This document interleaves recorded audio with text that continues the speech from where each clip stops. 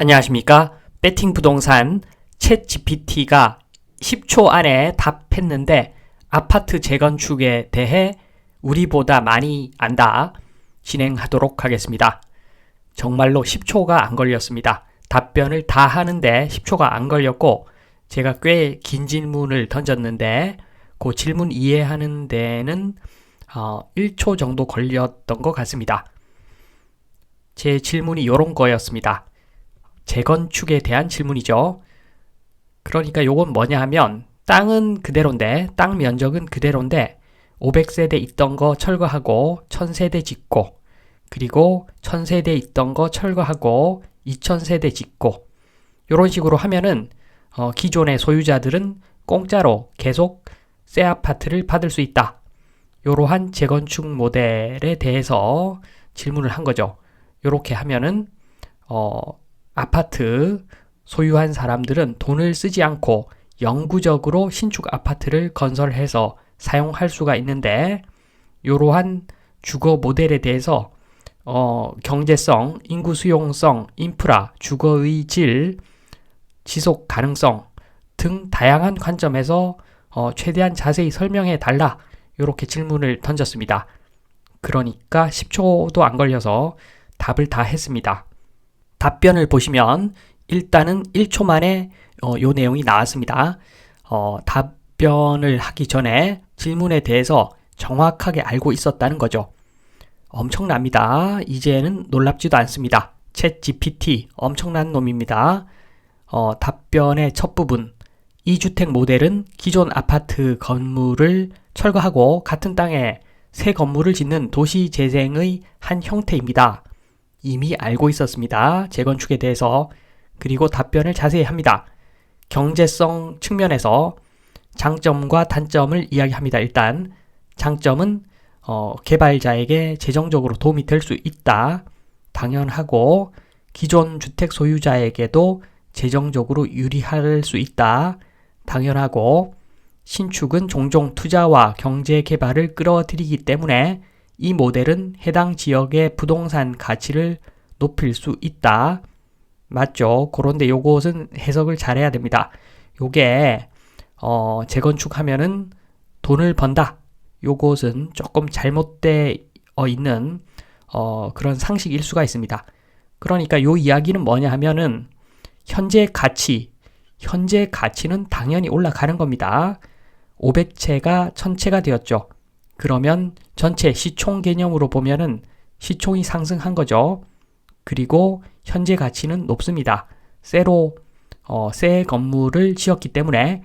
그런데 감가상각까지 반영하면은 미래 가치는 결코 높은 것이 아니죠. 부동산의 미래 가치는 땅인데 땅 지분이 작아지기 때문에 어떻게 보면은 소유주의 부동산 측면에서의 미래 가치는 낮아질 수가 있겠죠. 그런데 대한민국은 계속 공짜로 재건축 요걸 보아왔기 때문에 아파트는 막연하게 좋은 것이다. 요렇게 생각을 하는데 잘못된 생각입니다.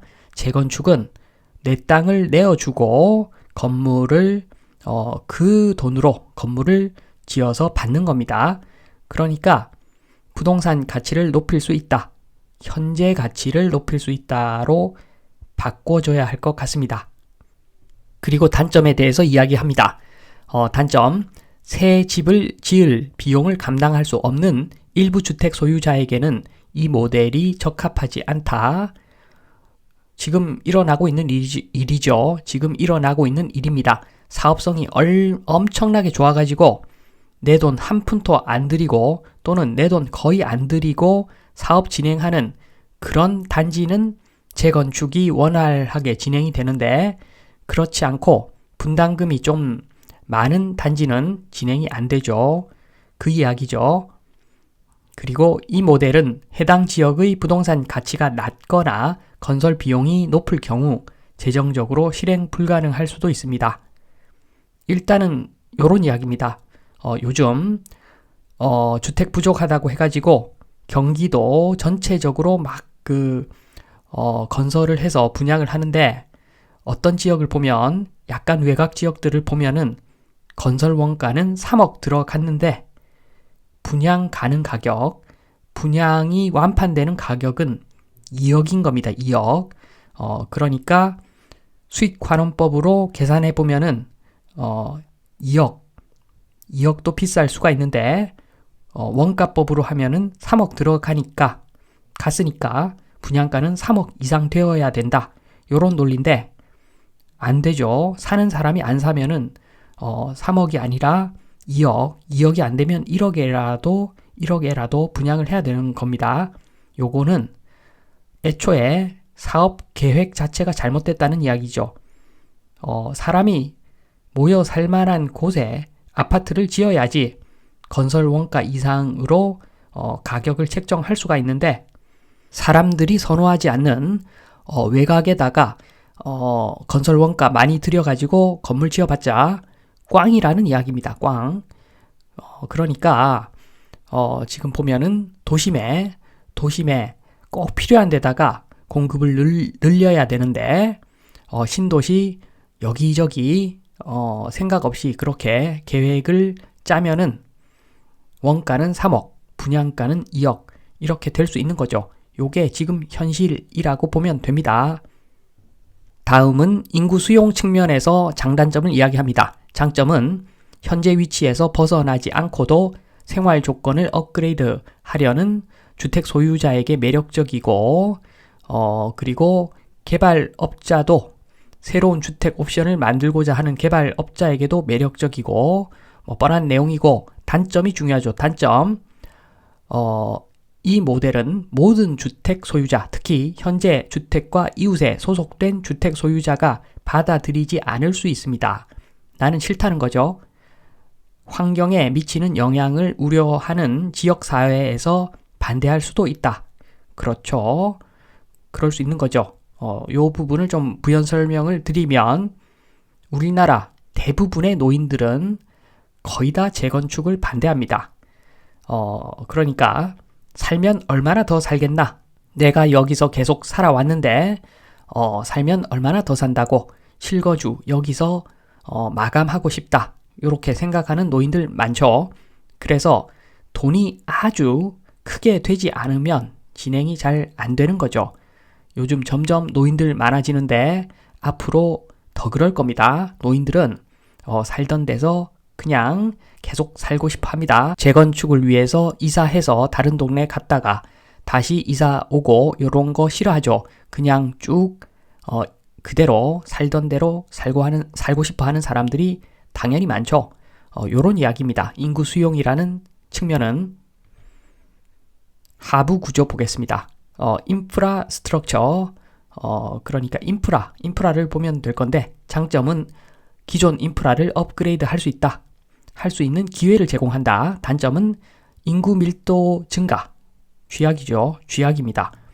인구 밀도 증가하면은 인프라에 상당한 투자가 필요할 수 있는데 요것 때문에 사업성이 안 좋아지기도 하고 또는 요런 데 투자를 잘 안 하면 아파트는 괜찮은데 생활 여건이 굉장히 열악해질 수가 있죠. 교통체증으로. 주택 품질 보겠습니다. 주택 품질. 편의시설과 기능을 갖춘 새롭고 현대적인 주택을 지을 수 있는 기회를 제공. 단점은 역사적인 주택과 건물의 손실을 초래할 수 있고 커뮤니티의 성격과 정체성에 부정적인 영향을 미칠 수가 있고 그렇죠. 기존에 어떤 커뮤니티가 있는데 노인들이 요 점을 싫어하겠죠. 오래된 이웃들, 친구들 있는데 재건축해버리면 일부 빠이빠이 해야 되고 기존의 그 커뮤니티가 깨지니까 싫어하죠.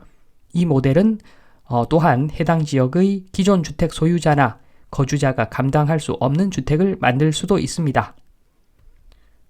저는 이렇게 봅니다. 개인적인 저의 성향인데 닭장이죠. 닭장. 일반적으로 재건축하면은 닭장이 되는 거죠. 그러니까 주택의 8알은 조경이라고 생각을 하는데 요 조경이 좋으려면 넓은 땅 지분이 있어야 됩니다. 땅 지분이 넓어야지 조경이 괜찮은데 재건축을 해버리면 조경 면적이 줄어들죠. 지금 재건축을 앞둔 여러 단지들을 보면은, 여러 아파트들을 보면 건물은 썩었는데 조경은 수준급인 아파트들이 꽤 많죠. 저는 차라리 건물보다는 조경을 중시합니다.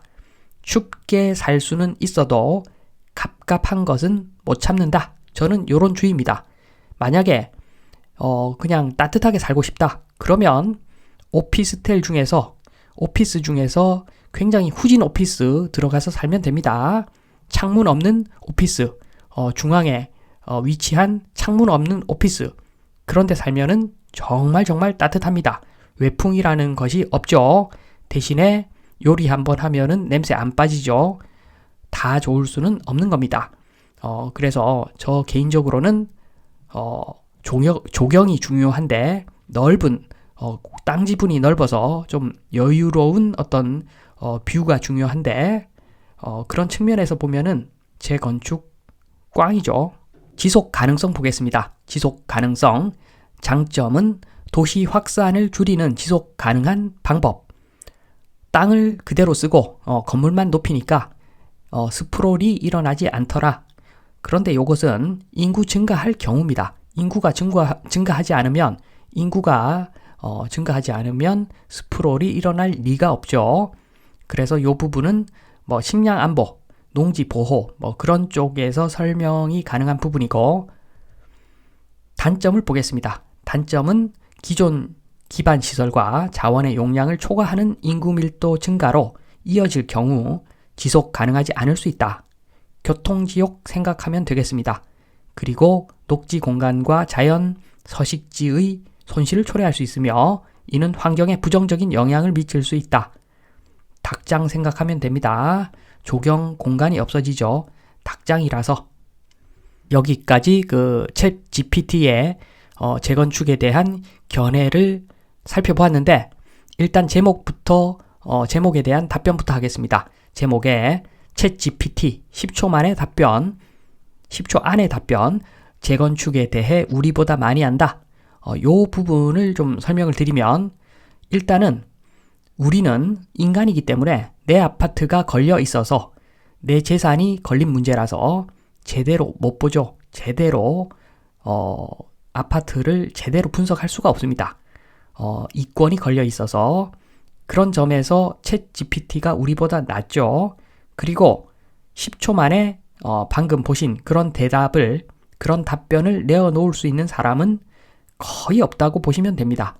저는 10초 만에 저런 답변을 내어놓을 수가 없습니다. 그리고 챗 GPT는 일방향 유튜브 인공지능보다 시야가 넓죠. 반대되는 이야기, 찬성되는 이야기, 그러니까 장점과 단점 다 이야기하는 것이 챗 GPT이기 때문에 챗 GPT는 웬만한 웬만한 전문가보다도 재건축에 대해서 많이 안다. 이런 측면에서 제가 말씀을 드렸던 겁니다. 다음은 마무리하겠습니다. 마무리. 대전제. 챗 GPT 답변의 대전제는 기본적으로 재건축 모델은 인구가 늘어나는 지역에 적용한다는 겁니다. 그러면 지금 보시면 요즘 재건축 용적률 상향 이런 형태가 여의도가 많죠. 여의도 용적률 500% 뭐 요런 이야기 나오는데 400%, 500%, 600% 요런 이야기 여의도에서 나오고 있는데 좋습니다. 그러면 중앙에 밀집해서 살겠다는 이야기인데 조금 안 맞는 점이 있죠.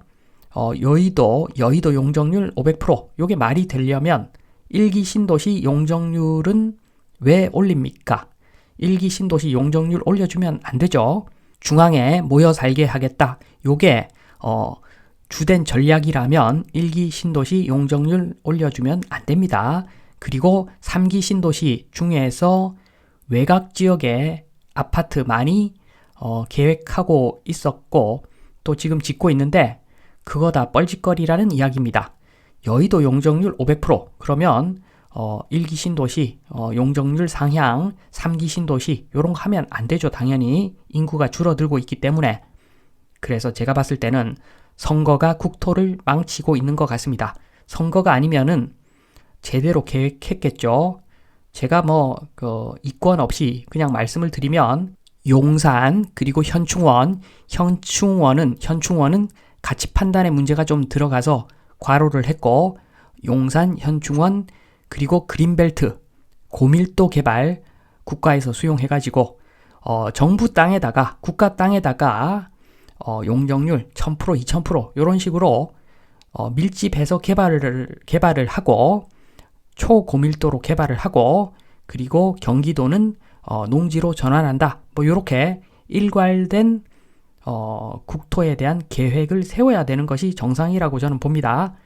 유권자들 생각하지 말고 그러려면은 제가 봤을 때는 한국형 챗 GPT 빨리 만들어 가지고 도시 계획을 시키는 것이 맞아 보입니다. 2002년 월드컵이 생각나죠.